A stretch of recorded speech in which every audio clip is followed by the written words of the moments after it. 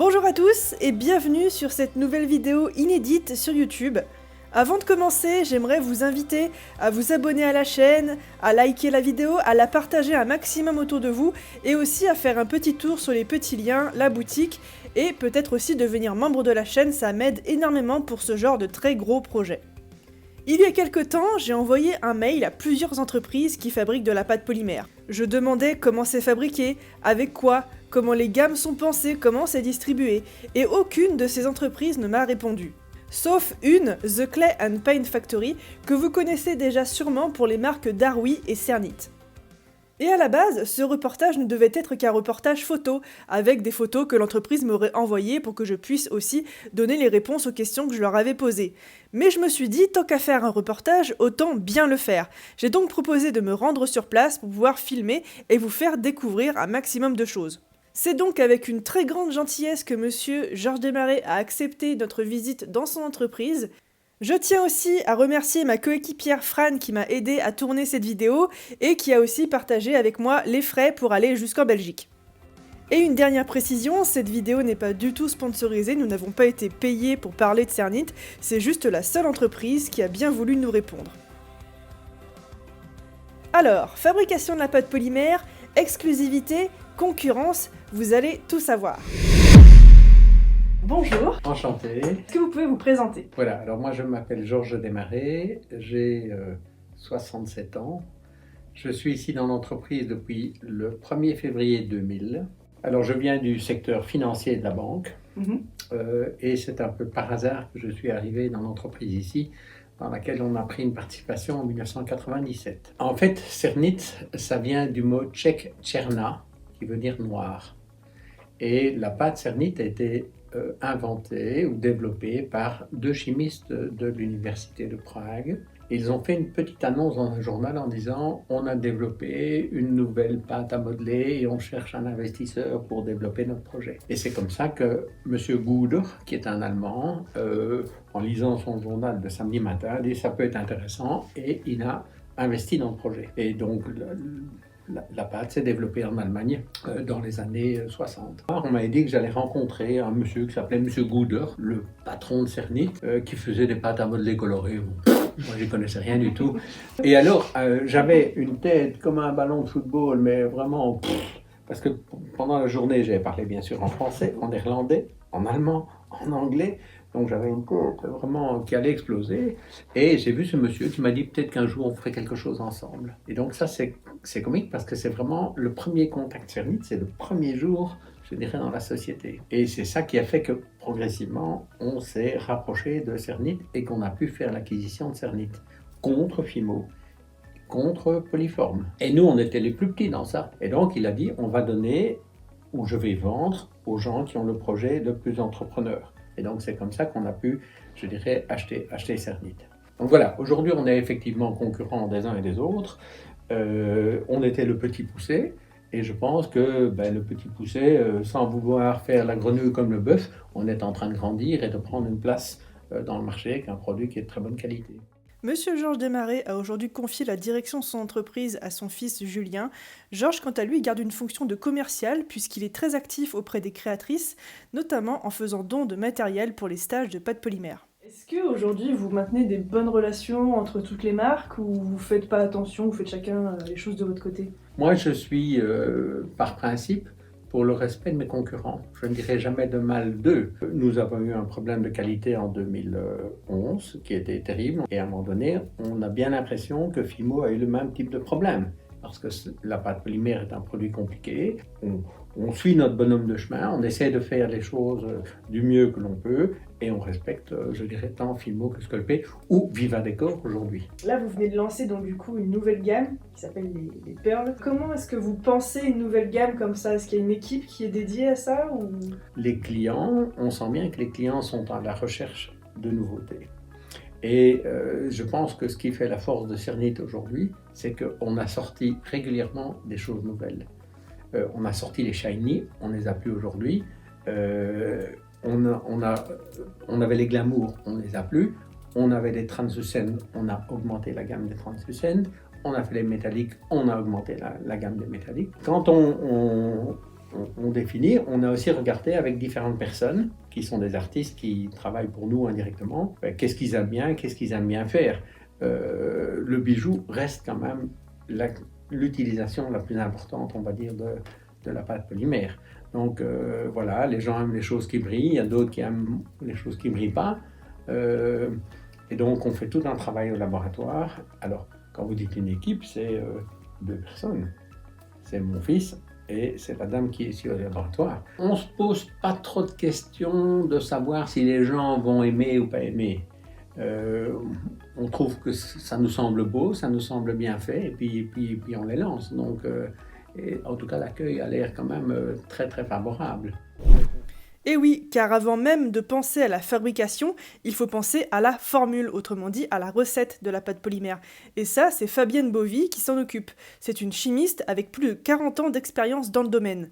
La consistance de la pâte, sa dureté, sa couleur, sa tenue après cuisson, c'est elle qui teste tout ça. Et si nous faisons déjà énormément de tests sur nos différentes techniques dans nos ateliers, je vous laisse imaginer le nombre d'essais qu'elle réalise pour que nous ayons dans les mains un produit parfait. Est-ce que vous pourriez nous dire un petit peu rapidement comment est fabriquée la pâte polymère et avec quoi surtout? Je dirais que la pâte polymère, c'est du PVC. Donc c'est vraiment la plus grande partie de la formule. Alors il y a plus de 10 composants dans la pâte, mais le PVC est le plus important. Et vous avez des PVC de grades différents. Donc que ce soit Fimo, nous ou Sculpey, nous n'achetons peut-être pas nécessairement exactement le même PVC. L'autre produit le plus important est le plastifiant. Donc le plastifiant qui va faire qu'on va avoir un produit qui au départ va être plus souple ou un produit qui va être plus dur. Puis vous avez des pigments pour faire les différentes couleurs, pour faire les métalliques ou maintenant la gamme des pearls. Vous avez des micas, vous avez un certain nombre d'autres choses. Fondamentalement, c'est du PVC et un plastifiant. Pour faire simple, la pâte polymère pourrait être comparée à de la pâte à gâteau. Tous les ingrédients sont d'abord pesés, puis incorporés à ces gros mélangeurs. Lorsque c'est prêt, la pâte est ensuite découpée à l'aide de cette espèce de grosse guillotine. Et cette pâte sera ensuite passée dans un extrudeur géant qui va sortir les premiers pains.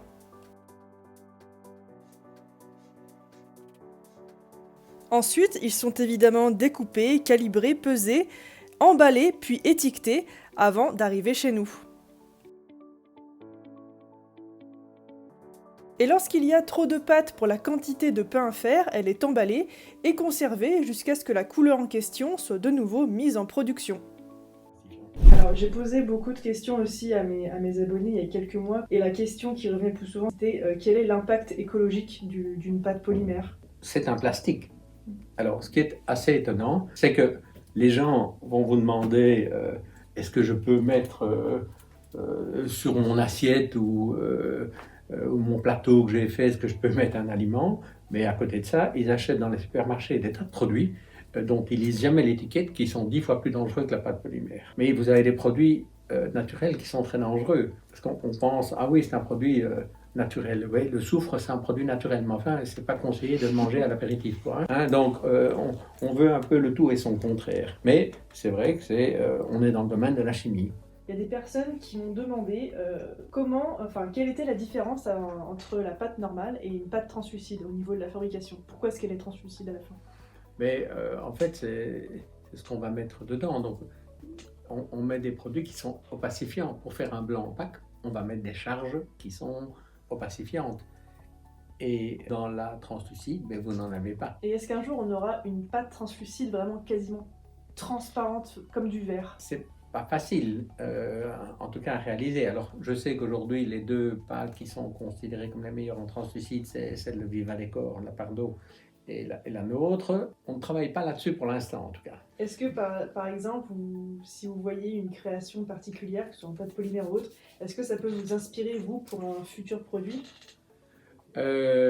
Oui, parce qu'en pâte polymère, vous avez des gens qui font des choses complètement différentes. Vous avez des choses magnifiques qui sont faites en pâte polymère. Parce que quand les gens disent « Oh, mais c'est jamais que du plastique », oui, mais... la terre, c'est jamais que de la terre. Mais voilà, si on prend cette comparaison est tout à fait bonne, la terre, c'est jamais que de la terre, ça colle au doigt en plus. Hein. Donc, mais on peut faire des très belles choses. Si un jour quelqu'un voudrait travailler dans la pâte polymère dans votre entreprise, vous diriez qu'il faudrait quelles études? En production, pour pas avoir fait réellement d'études, il faut être précis dans ce qu'on fait. Parce que je vais vous donner un exemple, la formule de la Dole couleur chair. Un batch est 250 kg. Il y a 2 pigments dedans, 2 grammes de brun, 1 demi-gramme de jaune. Faites comme ça, la formule elle est plus juste. Hein. Donc, ça doit être très précis. Il faut un ingénieur derrière. Au niveau de la recherche, il faut quelqu'un qui a là, à ce moment-là, une formation importante. Mais la dame, ici dans le laboratoire, elle a fait des études, un bac plus 3, on va dire, et l'équivalent d'un bac plus 3 en chimie à l'époque. Après le bac, elle a fait 2 ans d'études spécialisées en chimie. Elle a tout appris ici sur le tas, avec un ingénieur chimiste qui a travaillé pendant presque 60 ans ici dans l'entreprise. Qu'est-ce que vous diriez à quelqu'un qui ne connaît pas du tout la pâte polymère et qui vient d'acheter ses premiers pains par hasard parce qu'il les a trouvés dans un magasin ou sur internet? En fait, il y a des techniques assez simples, très intéressantes, où on démultiplie un dessin quand on fait une canne. C'est intéressant de voir comment on peut démultiplier un dessin, comment en aplatissant, comment en coupant, comment on peut arriver rapidement, je trouve, à un résultat qui est satisfaisant. Ça peut donner très vite une satisfaction à la personne d'arriver à un résultat qui, je suis étonné de ce que j'ai pu faire. Et donc, c'est un produit qui est auto-satisfaisant, entre guillemets, pour l'utilisateur. Enfin, c'est mon impression. Et beaucoup de gens deviennent vite addicts. Oui. Et ça, je ne le constate pas dans d'autres produits de loisirs créatifs. Alors, je dois peut-être essayer, hein. Donc, je dois peut-être me laisser tenter. Hein. Et cette visite de l'usine était aussi l'occasion de voir un rêve, des montagnes de polymères.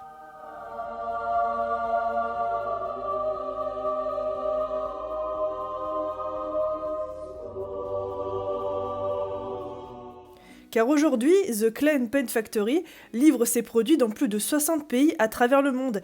Et malgré quelques problèmes de livraison dus à la crise du Covid, l'entreprise vit un essor exceptionnel, notamment grâce aux nombreuses personnes qui ont découvert la pâte polymère alors qu'elles étaient confinées chez elles.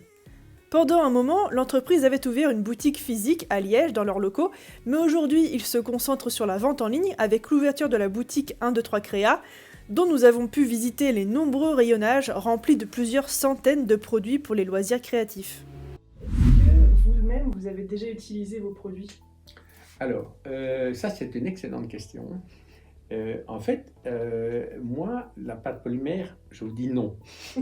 Ce n'est pas en fait quelque chose dans son utilisation qui m'intéresse. Si j'utilisais la pâte polymère, ce serait plutôt pour faire des poupées ou des personnages. Parce que je suis plus intéressé, entre guillemets, sculpture. Par contre, je suis plus peinture.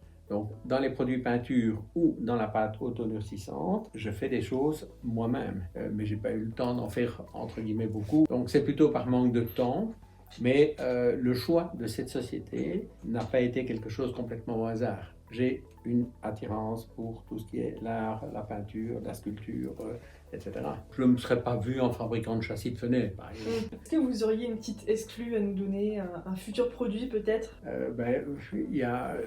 C'est pas encore une exclue parce qu'il y a les encres à alcool, 30 couleurs qui sont prévues, et la deuxième chose, il viendront certainement de nouvelles couleurs Pearl, ça c'est clair. Alors peut-être qu'on va aussi travailler, ça c'est une idée, en faisant des séries spéciales, en disant voilà, on en fait 8000, et voilà, c'est à prendre ou à laisser, quand il y en a plus, il y en a plus. Ouais. Qu'est-ce qu'on pourrait encore faire en pâte polymère? Des gammes nature. Oui, ben voilà, peut-être relancer la gamme nature, puisqu'on a déjà parlé. Bon, je ne vais pas vous dire qu'on va racheter Fimo Sculpé, hein, parce que... C'est exclu. Ils sont pas au courant non plus. Non, voilà, donc en tout cas, moi je ne suis pas au courant. En 2023, cette entreprise familiale fêtera ses 100 ans. Ne serait-ce pas une bonne occasion pour moi de revenir sur place afin de vous faire découvrir toutes les nouvelles choses que Cernit nous prépare d'ici là? Un grand merci encore une fois à Monsieur Georges Desmarais et à sa femme de nous avoir si gentiment accueillis chez eux, à TCPF de nous avoir permis de faire cette vidéo. C'était un peu un rêve de rencontrer ces personnes et de vivre tout ça, Maintenant que ce rêve est réalisé, il me reste la partie la plus intéressante, c'est-à-dire en concrétiser un autre. Merci à tous d'avoir suivi cette vidéo et encore une fois, je vous invite à vous abonner, à partager et à me soutenir. Pour ça, je vous laisse aller voir tous les liens en barre d'infos. Merci à tous, ciao!